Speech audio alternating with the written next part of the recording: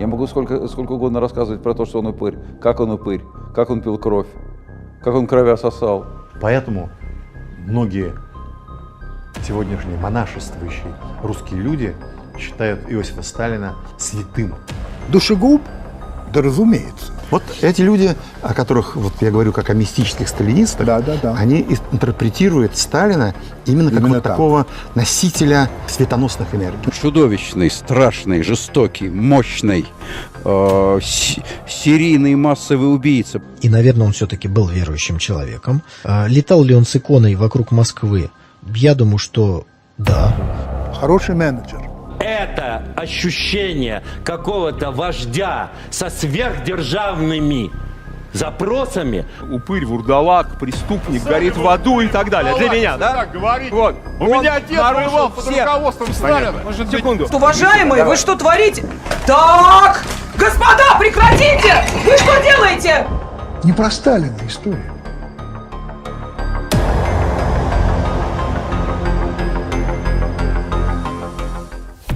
Наверное, ни одна другая фигура в отечественной истории не вызывает таких ожесточенных дискуссий и горячих споров, как личность Сталина. В средствах массовой информации его изображают то величайшим злодеем на земле, то карикатурным чудовищем, то эдаким крепким государем-державником, строгим, но справедливым царем-батюшкой.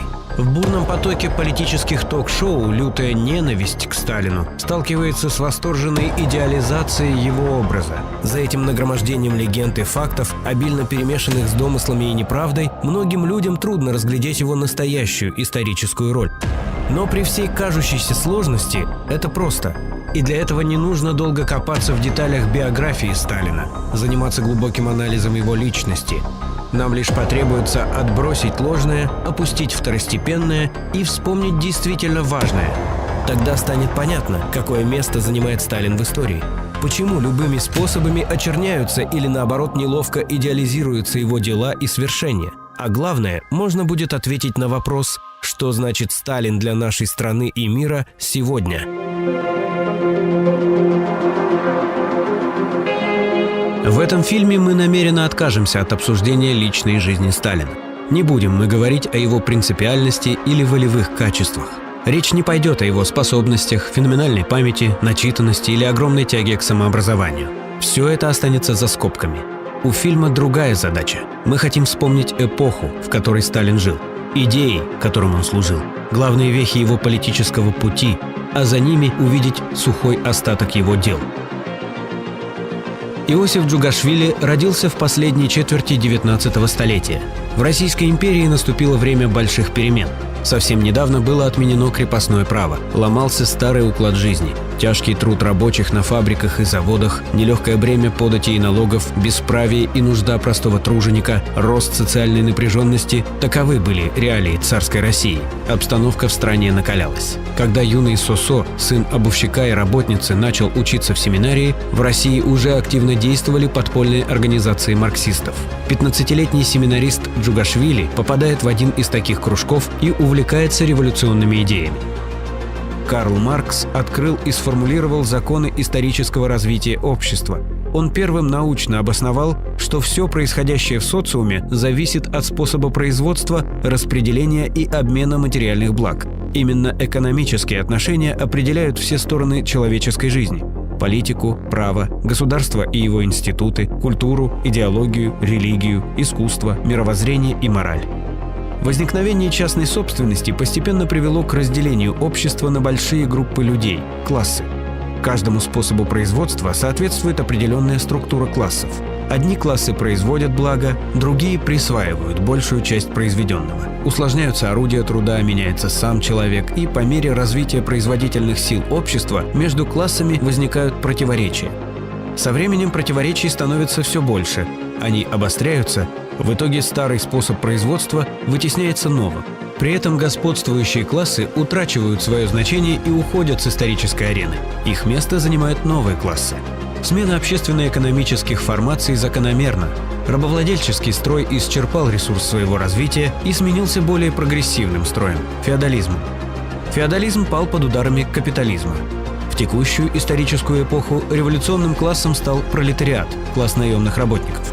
Главная движущая сила исторического процесса в наши дни – классовая борьба между пролетариатом и буржуазией. Победа пролетариата в этой борьбе неизбежна. Она предопределена противоречиями капитализма. Путь к ней лежит через социалистическую революцию.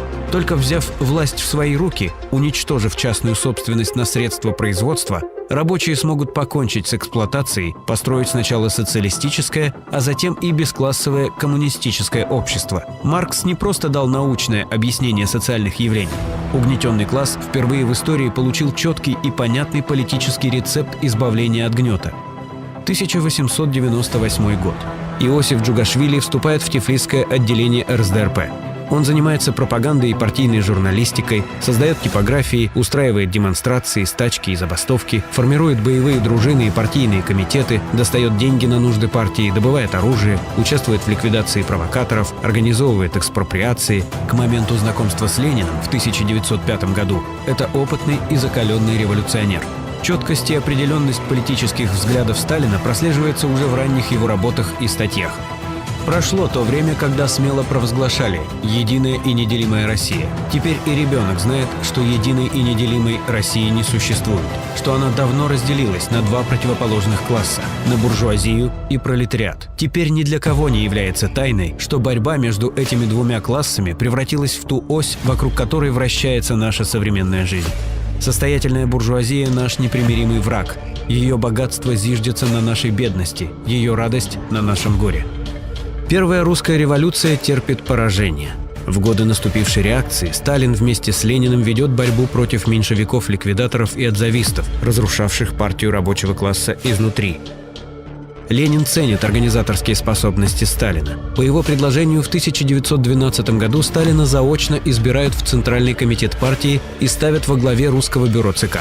Он руководит практической партийной работой в России, редактирует газеты «Звезда» и «Правда», постоянно пишет для них статьи. Его 8 раз арестовывают, 7 раз он оказывается в ссылке и 6 раз бежит оттуда. Апрель 17-го.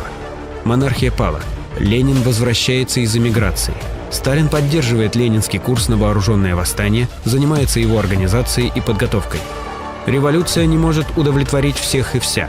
Она всегда одним концом удовлетворяет трудящиеся массы, другим концом бьет тайных и явных врагов этих масс. Поэтому надо выбирать. Либо вместе с рабочими и крестьянской беднотой за революцию, либо вместе с капиталистами и помещиками против революции. Власть буржуазии свергнута. Сталин входит в состав первого советского правительства – Совета народных комиссаров. В годы гражданской войны он руководит боевыми действиями Красной армии на самых опасных и сложных направлениях. 1922 год. По предложению Ленина Сталин избран генеральным секретарем Центрального комитета партии. После смерти Ленина все начинания первых лет советской власти были продолжены.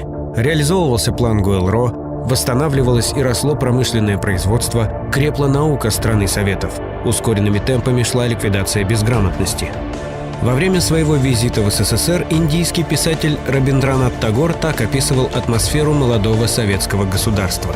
«Вызывает удивление та поразительная энергия, с которой в России стремятся распространить образование по всей стране. И дело здесь не только в количестве людей, но и в глубине, в размахе. И среди полуцивилизованных народов Средней Азии они распространяют образование с быстротой наводнения.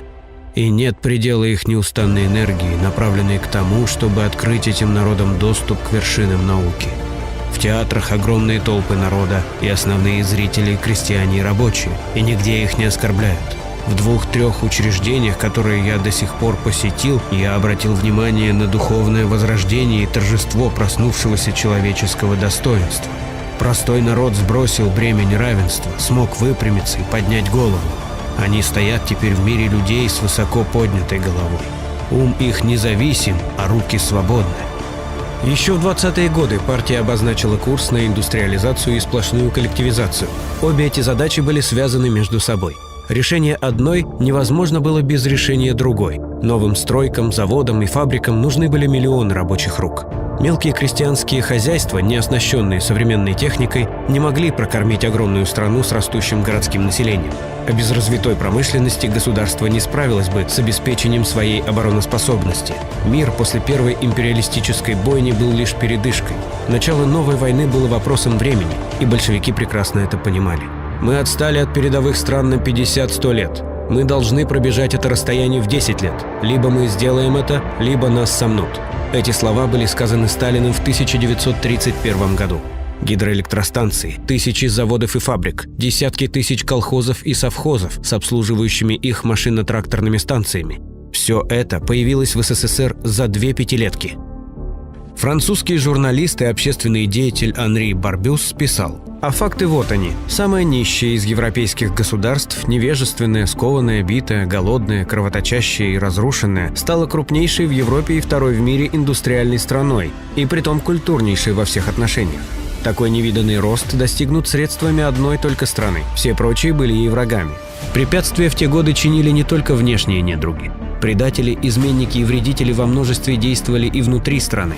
Коллективизация стала, по сути, завершением социалистической революции на селе. Это сейчас любят изображать кулаков исключительно хорошими крепкими хозяевами, которые ни за что пострадали от советской власти. А реальность была такова, что в 20-е и 30-е годы кулаки активно противодействовали работе колхозов. Они нередко устраивали теракты и поджоги, убивали колхозных активистов, милиционеров и красноармейцев. Но инерцию прошлого и происки классовых врагов удалось преодолеть. Да, были допущены ошибки на местах. Реализовать подобный масштабный проект без единой ошибки сложно. Но без индустрии и механизированного сельского хозяйства будущего у Советского Союза не было точно. СССР стал первой в мировой истории страной построенного социализма. Достигнуто это было не только за счет огромного энтузиазма советского народа. Устойчиво рос уровень жизни трудящихся. В сталинском СССР тот, кто хорошо работал на благо общества и жил хорошо. Конституция 1936 года окончательно узаконила завоевание октября и основные устои социализма.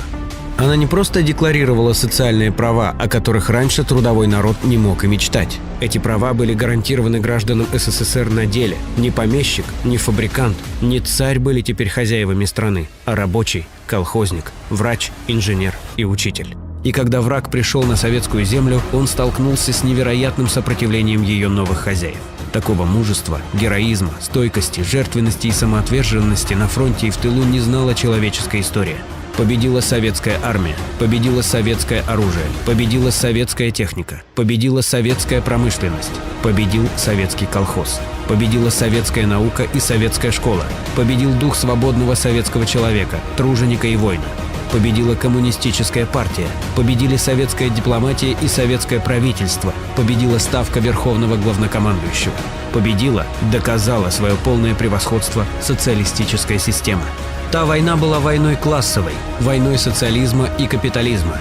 Мировые капиталистические державы – Англия, Франция и Соединенные Штаты – долго готовили нашествие на Советский Союз. Американские монополии, индустриальные магнаты и банкиры щедро финансировали тяжелую и военную промышленность Германии, фактически вооружая эту страну.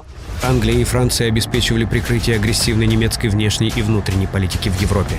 Руками немецкого фашизма западные империалисты желали уничтожить, разграбить и поработить СССР. Это сегодня Советский Союз выставляют зачинщиком Второй мировой. Но куда выбросить настоящую историю?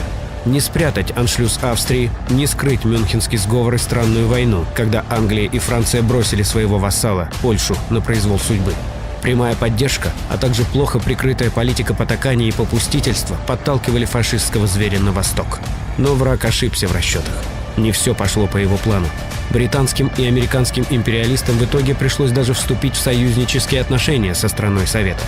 Социализм оказался на 2 головы выше и сильнее капитализма. Результатом войны стала не только полная и безоговорочная победа над нацистской Германией и ее сателлитами, не только поражение милитаристской Японии, но и появление на карте мира блока социалистических государств. После войны сталинский СССР совершает еще одно экономическое чудо. За пятилетку было восстановлено разрушенное гитлеровскими ордами народное хозяйство. Страна, которая потеряла десятки миллионов жителей, без плана Маршалла и внешних займов поднимается из руин. Вчерашние союзники по антигитлеровской коалиции очень скоро снова объявили СССР своим главным врагом. Начали строить новые агрессивные планы. Но советская наука, промышленность и разведка и здесь оказались на высоте. СССР становится ядерной сверхдержавой. У него сильнейшая сухопутная армия, мощный военно-морской флот, вторая, по многим показателям первая на планете экономика. Все эти факторы вместе сделали СССР ядром новой цивилизации. Растет популярность коммунистических идей во всем мире. Даже в главной империалистической державе планеты капиталисты вынуждены с ними бороться. Всего через 4 года после смерти Сталина будет запущен первый искусственный спутник Земли, а через 8 лет в космос полетит первый советский человек. Велик ли был вклад Сталина в достижение советского государства? Безусловно. Это только в фантазиях антисталинистов успехи страны возможны вопреки ее руководителю. Было ли все, чего добился советский народ, заслугой одного Сталина, результатом только его решений? Конечно же нет. В беседе с немецким писателем Эмилем Людвигом Иосиф Виссарионович рассказал о том, как принимались важнейшие для государства решения. Среди 70 членов ЦК партии были лучшие промышленники и кооператоры, лучшие снабженцы и военные, пропагандисты и агитаторы, лучшие специалисты по вопросам сельского хозяйства и национальной политики. Каждый имеет возможность исправить чье-либо единоличное мнение, предложение.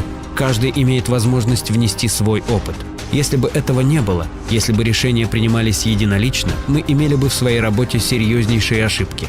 Успехи той поры стали возможными благодаря тысячам квалифицированных специалистов и управленцев. Эти кадры готовила советская система образования. Они ковались на производстве, в труде и на службе. Детям рабочих и крестьян была открыта дорога к образованию. Не на словах, а на деле они могли теперь реализовать свой человеческий потенциал. Не имущественное положение, не национальное происхождение, не пол, а личные способности и личный труд каждого гражданина определяют его положение в обществе. В социалистическом обществе изменились все отношения между людьми. Они стали по-настоящему братскими и товарищескими.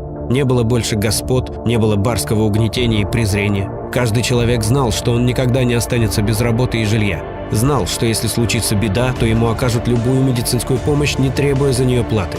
Изменилось отношение людей к труду. Созданное руками рабочих и крестьян не шло больше на подпитку роскошной жизни богачей. Дворец теперь строился не для барина, а для пионеров и школьников. Ресурсы общества тратились на образование, детский досуг и отдых, на социальные нужды, на здравницы и санатории для тружеников, на повышение культурного уровня населения. Народ это видел, чувствовал. Заложенная тогда социально-экономическая база работала и в то время, когда перестройщики уже вовсю уничтожали страну. Даже в позднем СССР было немыслимо лишиться жилья из-за долгов. А идея платить за медицинские услуги воспринималась как дикость и варварство из другой капиталистической реальности. Мне трудно представить себе, какая может быть личная свобода у безработного, который ходит голодным и не находит применения своего труда. Настоящая свобода имеется только там, где уничтожена эксплуатация, где нет угнетения одних людей другими, где нет безработицы и нищенства, где человек не дрожит за то, что завтра может потерять работу, жилище, хлеб. И как бы ни лгали об СССР, эта настоящая социальная свобода там была. Были там и творчество, и созидание, и бескорыстие, и дружба народов, и реальная забота о человеке труда. Ни одна другая страна за всю историю не могла похвастаться такими же стремительными темпами развития экономики, фундаментальных и прикладных наук. Нигде в мире не было столь масштабного внедрения научных достижений в производство, как в Советском Союзе до 1953 года. Все, о чем многие с ностальгией вспоминают сегодня, говоря об СССР, не манна небесная и не чья-то единоличная заслуга. Успехи и победы советского государства – это реализованные на практике идеи научного социализма. А Сталин был не просто государственным деятелем, но и теоретиком марксизма. Уже первые, ранние его работы стали весомым вкладом в развитие марксистско-ленинской науки. Позже он открыл и сформулировал основной экономический закон современного капитализма, империализма, и основной экономический закон социализма.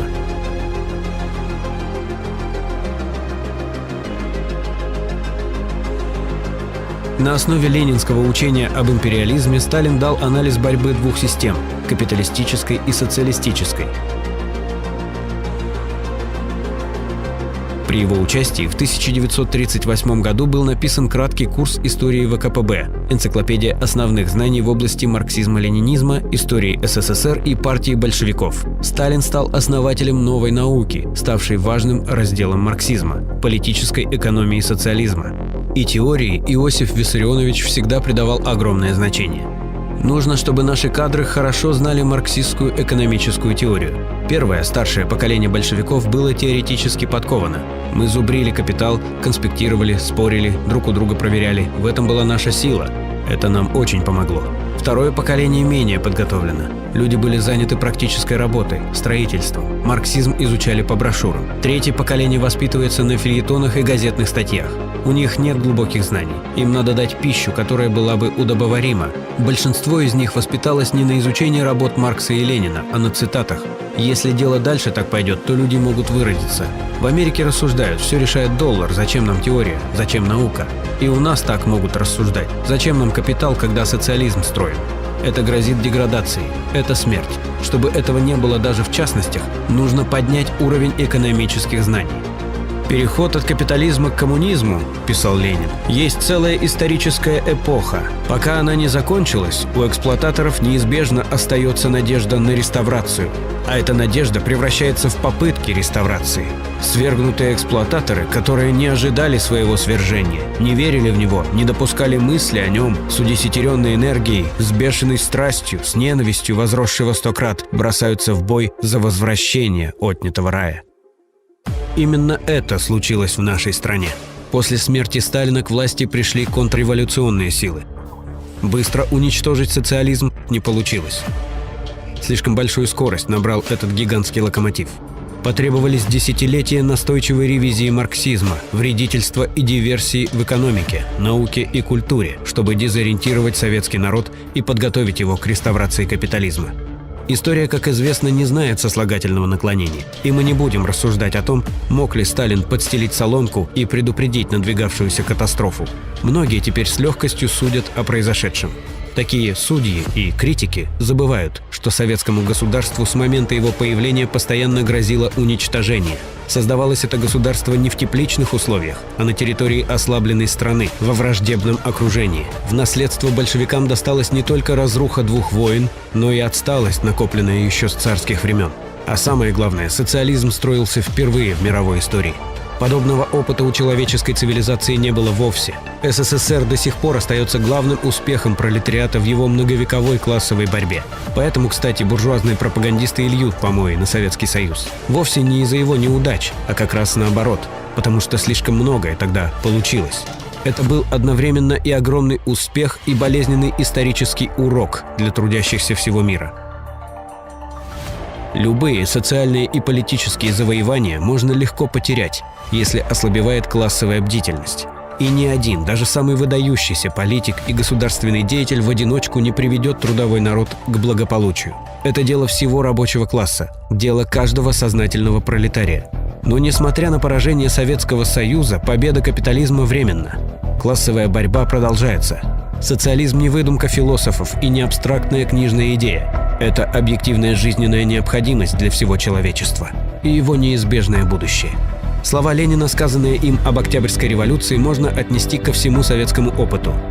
Мы это дело начали. Когда именно, в какой срок, пролетарии какой нации это дело доведут до конца, вопрос несущественный. Существенно то, что лед сломан, что путь открыт, дорога показана. 100 лет для истории срок небольшой. Капитализм, кстати, тоже не сразу победил. Постсоветская буржуазия постоянно заявляет о неэффективности социализма. При этом все, что в современной России до сих пор ездит, летает и стреляет, в основном наследие той отсталой эпохи. Мирный атом и космическая отрасль, остатки некогда великого авиастроения, оружие и ядерный щит – все оттуда.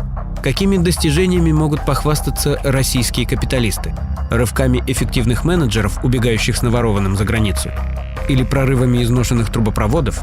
А может быть 20 миллионами нищих и лидерством по числу долларовых миллиардеров? Успешными бизнесменами, весь успех которых основан на присвоении советских предприятий? Убитой промышленностью? Разрушенным селом? Деградацией всех сфер жизни? Все более недоступным здравоохранением и платным образованием? Постоянным ростом цен, тарифов и налогов? Повышением пенсионного возраста? Триллионами на офшорных счетах? Кстати, кто-нибудь может сказать, какая часть нашей страны принадлежит родным отечественным буржуям, а какая иностранным? Нас пугают жертвами репрессий. При этом за время, пока страной руководил Сталин, несмотря на огромные потери в Великой Отечественной войне, население СССР значительно увеличилось. а в эпоху буржуазной свободы и демократии народ вымирает. Только с 1993 по 2006 год в Российской Федерации умерло на 11 миллионов человек больше, чем родилось. Что-то не слышно призывов покаяться за эти жертвы капиталистических репрессий. Не льют слезы неполживые интеллигенты и правозащитники у стены скорби. Не открыли в Ельцин-центре стенд, посвященный жертвам приватизации и гайдаровских реформ. Телепропагандисты денно и ночно рассказывают о силе и величии нынешней России, возбуждая у зрителей ура-патриотические, а то и шовинистические настроения. Вот только эта виртуальная реальность все более явно расходится с правдой жизни в нищающей, вымирающей и деградирующей стране. Нам постоянно напоминают о мощной обороне современного российского государства. Возможны ли такие чудеса, когда разгромлена наука, уничтожены станкостроение, электронная и другие важнейшие отрасли промышленности? Да и от кого нас обороняют, если так называемый потенциальный противник спокойно берет то, что хочет? Россия давно стала местом извлечения прибыли для империалистов разных стран. И этому капиталистическому интернационалу нет дела до благополучия местного населения, как нет ему дела до проблем трудящихся любой другой страны. Не мудрено, что ограбленному народу постсоветская буржуазия постоянно рассказывает страшные небылицы о сталинских репрессиях. Как-то же нужно оправдывать разрушение и разграбление страны. Легенда о многомиллионных невинных жертвах для этой цели подходит идеально. Вот только обманывать людей становится все труднее. Многие уже понимают, что источник клеветы на Сталина – это хрущевские контрреволюционеры, троцкисты, западная и постсоветская отечественная буржуазная пропаганда. Видя происходящее сейчас, люди все чаще начинают оглядываться на советскую историю, искать там ответы на вопросы дня сегодняшнего. Капиталисты не дремлют. Машина дезинформации и обмана делает все, чтобы никто не мог спокойно и трезво осмыслить исторический опыт своей страны. Советскую эпоху и Сталина нам предлагают ненавидеть или просто забыть. Сталин мертв. Мертв как политик, как государственная модель и как лозунг. Сталин – это прошлое, не будущее. И нет запроса на Сталина в настоящем. Нет запроса? Мертв как политик? Это не актуальное прошлое, которое нужно убрать в чулан истории, говорят нам пропагандисты от «Капитала». Так почему тогда постоянно подогревается ненависть к Сталину? Главная причина одна. С момента написания манифеста Коммунистической партии в 1848 году всего за 1 век был проложен путь к первой в мире социалистической сверхдержаве. Стихийная и непоследовательная борьба рабочих за свои права благодаря марксизму обрела четкую цель. Стала организованной, привела к победе социалистической революции и построению первого на планете пролетарского государства. Свою дееспособность и силу то государство доказало в тяжелейшей войне с фашистской Германией, за которой стояли людские и материальные ресурсы капиталистической Европы. Советский Союз стал ориентиром и символом надежды для трудящихся всего мира. То, что марксизм работает, было доказано на практике. Вакцина от капитализма была выработана и выстрадана человечеством. Для капиталистов она смертельно опасна. И эти важнейшие страницы истории неразрывно связаны с именем Сталина. Самые большие успехи советской государственности пришлись на период, когда страной руководил Иосиф Виссарионович. Поэтому вся мощь буржуазной пропаганды направлена в первую очередь на очернение Сталина и дискредитацию его свершений. За рубежом эта кампания началась еще при его жизни. В нашей стране она вспыхнула в годы правления Хрущева, усилилась в перестройку и ничуть не уменьшила свой напор сегодня. Антисталинские мифы зачастую один в один повторяют тексты нацистских листовок, а в своей лжи антикоммунисты не стесняются никакого абсурда. К жертвам так называемых репрессий причисляют и предателей, и государственных преступников, и банальных уголовников. Называются фантастические цифры, когда речь заходит о количестве заключенных и репрессированных. Победили, да не так. Были успехи, но какой ценой? Разбирать буржуазное вранье о Сталине можно бесконечно. Но есть ли в этом смысл, когда понимаешь причины, по которым оно в промышленных масштабах тиражируется? Господствующий класс боится новой организованной попытки построения социализма, даже спустя десятилетия после разрушения СССР, павшего в результате предательства и контрреволюции. Боится, потому что именно через тот опыт пролетариат доказал свою способность построить общество, в котором изживается эксплуатация человека человеком и где для господ места нет. Впервые в истории угнетаемый класс посягнул на священную корову частной собственности, предъявил счет угнетателям и паразитам всех мастей. Шутка ли, средства производства и ценности экспроприирует в свою пользу не другой капиталист, а класс, который должен безропотно пахать на коллективного буржуя. Вот почему поднимается вой по поводу так называемых репрессий, где это видано, чтобы рабочие брали власть в свои руки и сами распоряжались собственной жизнью. Любого другого руководителя советского государства при похожих результатах капиталисты точно так же поливали бы грязью. Дело тут не в конкретной личности. И сам российский правящий класс своей информационной политикой это доказывает. Одновременно с линией на очернение Сталина в последние годы появилась другая. Его политическую фигуру стерилизуют, освобождают от коммунистической идеологии, а затем используют для нужд казенного буржуазного патриотизма. Сталина рисуют эффективным менеджером, который якобы вслед за царями продолжил строить великую империю. Новая российская буржуазия приватизирует не только советские предприятия, но и успехи той эпохи. Особенно хорошо это видно на примере истории Великой Отечественной войны.